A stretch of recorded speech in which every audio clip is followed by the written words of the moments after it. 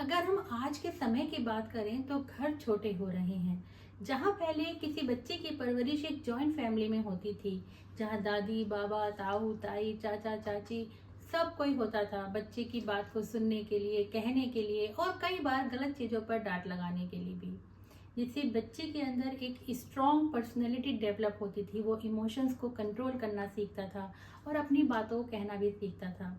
आज के टाइम में क्योंकि घर छोटे हो रहे हैं, जॉइंट फैमिली की बजाय न्यूक्लियर फैमिली का जमाना हो रहा है। एक ही कमरे में लाइफ सिमट कर रह गई है। पेरेंट्स में मदर और फादर दोनों ही वर्किंग है। जहां बच्चा पूरे दिन ये वेट कर रहा है कि शाम को मेरे पेरेंट्स आएंगे तो मैं उनसे अपने मन की बहुत सारी बातें बताऊंगा, और पेरेंट्स आते ही ये बोल देते हैं कि आज तो बेटा हम बहुत थक गए हैं, कल तुम्हारी बात ध्यान से सुनेंगे।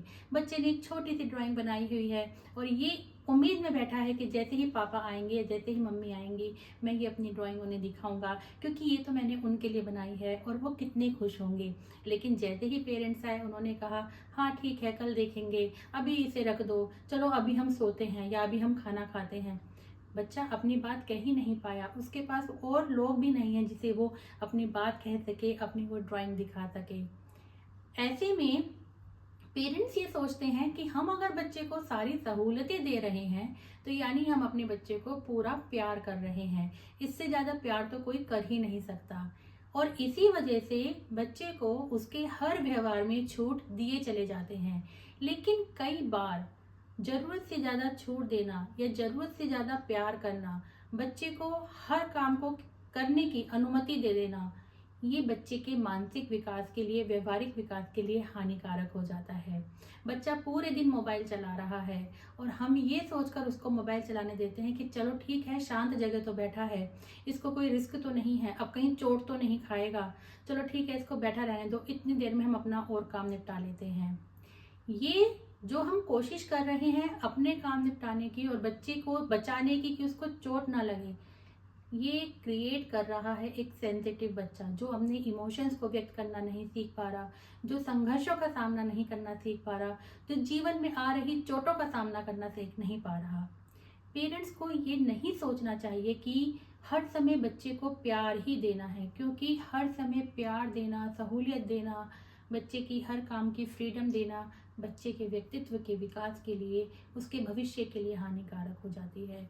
कई बार बाउंड्रीज तय करना या छोटी छोटी बातों के लिए छोटी छोटी डांट बच्चों को देना, जिससे उनको उनके मानसिक स्तर पर कोई नकारात्मक असर ना पड़े, लेकिन वो उस बात की गहराई को समझ सके जिस कारण पेरेंट्स ने उनको आज छोटी सी डांट लगाई है, ये भी बहुत जरूरी हो जाता है।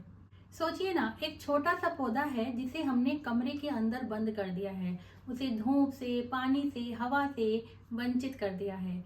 ऐसे में उस पौधे की ग्रोथ किस तरह से होगी? बचपन भी वही पौधा है, जिसको हम जैसे भी एटमॉस्फेयर में रखते हैं वो वैसा ही ग्रो होता चला जाता है। उसको बाहर खेलना, लोगों से मिलना, इंटरेक्ट करना, चुनौतियों का सामना करना सीखना बहुत जरूरी है। यदि हर समय हम बच्चे को एक प्रोटेक्शन की शील्ड में रखते हैं तो बच्चा आत्मनिर्भर नहीं बन पाता, दूसरों पर डिपेंड रहता है।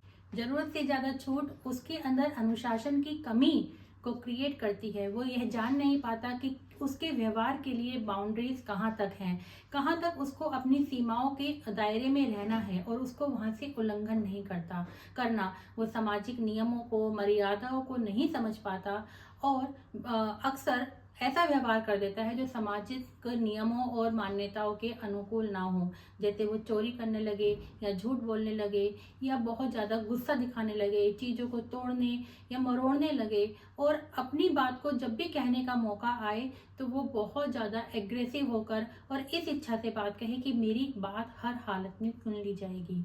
ये बच्चे की पर्सनैलिटी का एक नकारात्मक विकास है, जिसको पेरेंट्स समय पर ध्यान देकर सुधार सकते हैं। इसीलिए जब भी बच्चा कोई गलत व्यवहार करे, गलत बात करे या कोई ऐसी जिद करे जो सही नहीं है या हमारी सीमाओं के अंदर नहीं है, तो बच्चों को वहाँ पर बाउंड्रीज सेट करनी सिखानी चाहिए और बच्चे को ये समझाना चाहिए, क्लियर करना चाहिए कि ये चीज़ हमारे दायरे में नहीं आती और हम इस इच्छा को तुम्हारी पूरा नहीं कर सकते। इसी इच्छा को, इसी चीज़ को हम दूसरी तरह से पूरा करने की कोशिश करेंगे। फॉर एग्जाम्पल, बच्चे ने आज मोबाइल लेने की जिद की है और ऑनलाइन गेमिंग की ओर बढ़ रहा है, तो यहाँ पर पेरेंट्स बाउंड्री लगा सकते हैं कि ऑनलाइन गेमिंग जो है वो हम नहीं तुम्हें प्रोवाइड करा सकते।